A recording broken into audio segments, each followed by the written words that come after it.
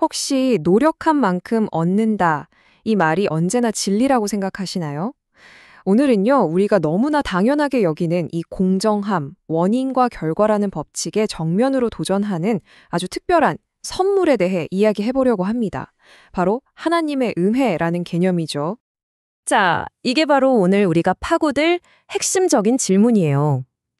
내 삶은 정말 내 선택으로 만들어지는 걸까요? 아니면 보이지 않는 어떤 거대한 계획의 일부일 뿐일까요? 인간의 자유로운 의지, 그리고 신의 절대적인 계획. 이 둘이 과연 공존할 수 있을까요? 한번 그 흥미로운 긴장 속으로 들어가 보시죠. 이 복잡해 보이는 개념을 이해하기 위해서 우리가 5단계로 차근차근 따라가 볼 거예요. 먼저 거대한 역설에서 시작해서 인류가 가진 근본적인 문제가 뭔지 진단해 보고요. 그리고 예상치 못한 해결책을 살펴본 뒤에 가장 흔한 오해를 바로잡고 마지막으로 이 모든 게 우리 삶에 어떤 의미가 있는지 한번 짚어보겠습니다. 네, 첫 번째 조각은 바로 신성한 역설입니다. 여기서는요, 인간의 자유로운 선택이라는 개념과 동시에 꼭 필요한 하나님의 절대적인 개입이라는 이 두 가지가 어떻게 충돌하고 또 만나는지 들여다볼 겁니다. 이게 정말 흥미로운 지점이에요. 한편으로 성경은 우리한테 선택하라고 말하면서 우리의 의지를 존중하는 것 같거든요. 그런데 바로 그 성경이 동시에 우리한테는 근본적으로 선을 선택할 능력 자체가 없다고 말합니다. 하나님의 도움이 없이는 말이죠. 아니, 선택하라고 해놓고 선택할 힘이 없다니. 이게 바로 우리가 마주한 첫 번째 거대한 역설입니다. 아니, 그렇다면 왜 우리한테 하나님의 개입이 꼭 필요하다는 걸까요? 그 답을 찾기 위해서 이 신학이 내리는 인간 본성에 대한 아주 솔직하고 냉철한 진단서를 한번 같이 들여다보겠습니다. 성경은 인간의 상태에 대해서 정말 단호한 진단을 내려요. 지금 보시는 로마서 9절처럼요. 예외가 없다는 겁니다. 단 한 명도 없다. 딱 잘라 말하죠. 이 진단이 얼마나 절대적인지 보여주는 대목입니다. 그리고 이 진단은 여기서 그치지 않아요. 대홍수 이전의 인류를 묘사하는 창세기의 이 구절을 보면 거의 정점에 달합니다. 마음의 생각이 항상 악할 뿐이다. 와, 이건 인간의 상태가 얼마나 깊고 절망적인지를 정말 충격적으로 보여주는 표현이죠. 방금 본 두 구절이 가리키는 신학적인 개념이 바로 전적 타락입니다. 여기서 진짜 중요한 오해를 하나 바로잡고 가야 해요. 이게 사람이 맨날 세상에서 제일 나쁜 짓만 골라서 한다는 뜻이 아닙니다. 그게 아니라 핵심은 무능력에 있어요. 스스로의 힘으로는 구원에 이를 수 있는 그 어떤 선한 능력이나 의지조차 완전히 잃어버린 상태, 그걸 의미하는 거죠. 이 관점을 뭐랄까 가장 충격적으로 보여주는 비유가 바로 이거예요. 은혜가 없는 상태를 영적으로 죽은 상태에 빗대는 거죠. 한번 상상해 보세요. 죽은 사람이 갑자기 나 이제부터 살아야겠다 하고 결심할 수 있을까요? 말도 안 되죠. 이 신학적인 관점은 인간이 스스로 구원을 시작하는 게 바로 그만큼이나 불가능한 일이라고 말하는 겁니다. 자, 그럼 이렇게 스스로는 아무것도 할 수 없는 절망적인 상태인데 그럼 어떡하라는 말인가요? 해결책이 있긴 한 걸까요? 네, 있습니다. 바로 우리의 모든 예상을 뛰어넘는 자격 없는 자에게 일방적으로 주어지는 신성한 개입이죠. 이 흐름을 한번 보세요. 하나님은 홍수라는 엄청난 심판을 내리셨지만 놀랍게도 인간의 근본적인 문제는 해결되지 않았습니다. 바벨탑 사건을 보면 알 수 있잖아요. 인류의 반역은 계속됐죠. 바로 이런 완전한 실패의 역사 속에서 하나님은 완전히 새로운 방식으로 외부로부터 개입하기로 결정하십니다. 그 개입의 시작점이 바로 아브라함입니다. 그런데 정말 놀라운 건 그가 우리가 아는 믿음의 거인으로 시작한 게 아니었다는 점이에요. 자료에 따르면 그는 다른 신들을 섬기던 우상숭배자 집안의 평범한 사람이었습니다. 그의 어떤 가능성이나 자격 때문이 아니라 전적으로 하나님의 일방적이고 주권적인 부르심이 그에게 임한 거죠.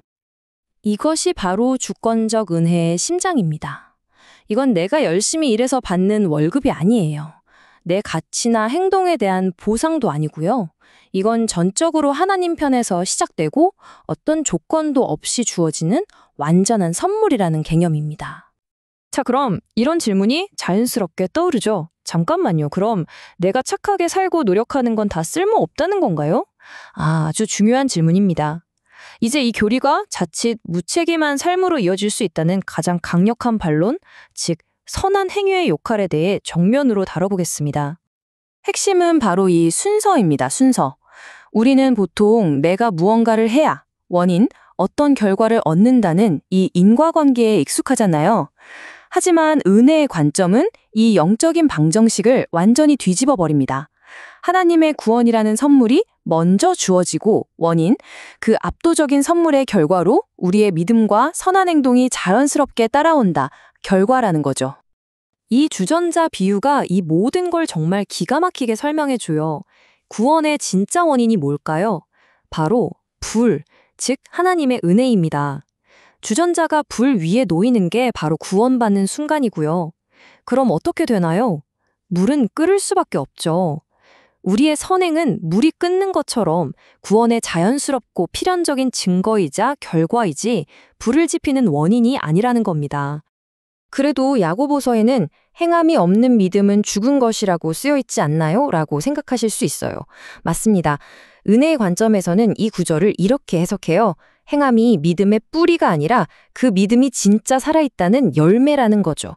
살아있는 뿌리가 있으면 당연히 잎이 나고 열매가 맺히는 것처럼 진짜 믿음이 있다면 선한 행실이라는 열매는 반드시 따라온다는 의미로 보는 겁니다. 이제 마지막 장입니다. 지금까지 머리로 이해했던 이 모든 복잡한 교리가 결국 우리의 가슴과 삶을 어떻게 바꾸어 놓는지 그 핵심을 살펴보겠습니다. 이 은혜가 대체 왜 우리에게 그토록 중요할까요? 이 교리가 삶을 바꾸는 힘을 가장 극적으로 보여주는 인물이 바로 존 뉴턴입니다. 그는 잔인하기로 악명 높았던 노예 무역상의 선장이었고 스스로를 비참한 쓰레기라고 부를 만큼 끔찍한 죄를 저질렀던 사람이에요. 그럼 그가 어떻게 역사상 가장 아름다운 찬송가 중 하나를 쓰게 되었을까요? 도대체 무슨 일이 있었던 걸까요? 그가 쓴 이 유명한 가사의 모든 답이 있습니다. 그의 이 폭발적인 감사는 어디서 왔을까요? 바로 용서받을 자격이 전혀 없는 자신의 끔찍한 과거와 그럼에도 불구하고 자신을 구원하신 하나님의 무조건적인 사랑, 그 사이에 엄청난 간극을 깨달았기 때문입니다. 나 같은 사람을 왜? 라는 질문에 대한 유일한 답이 바로 은혜였던 거죠. 그래서 이것이 바로 최종 결론입니다. 이 신학의 목적은 어차피 하나님이 다 하시니 난 아무것도 안 해도 돼 라는 영적인 나태함이 결코 아니에요. 오히려 정반대입니다.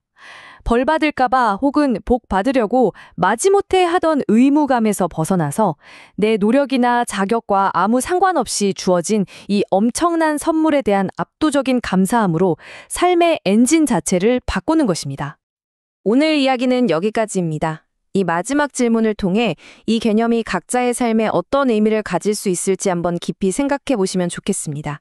만약 은혜가 아무런 조건 없이 주어지는 완벽한 선물이라면 그 선물에 대한 우리의 감사는 과연 어떤 모습이어야 할까요? 그리고 그 감사는 우리를 어디로 이끌어가게 될까요?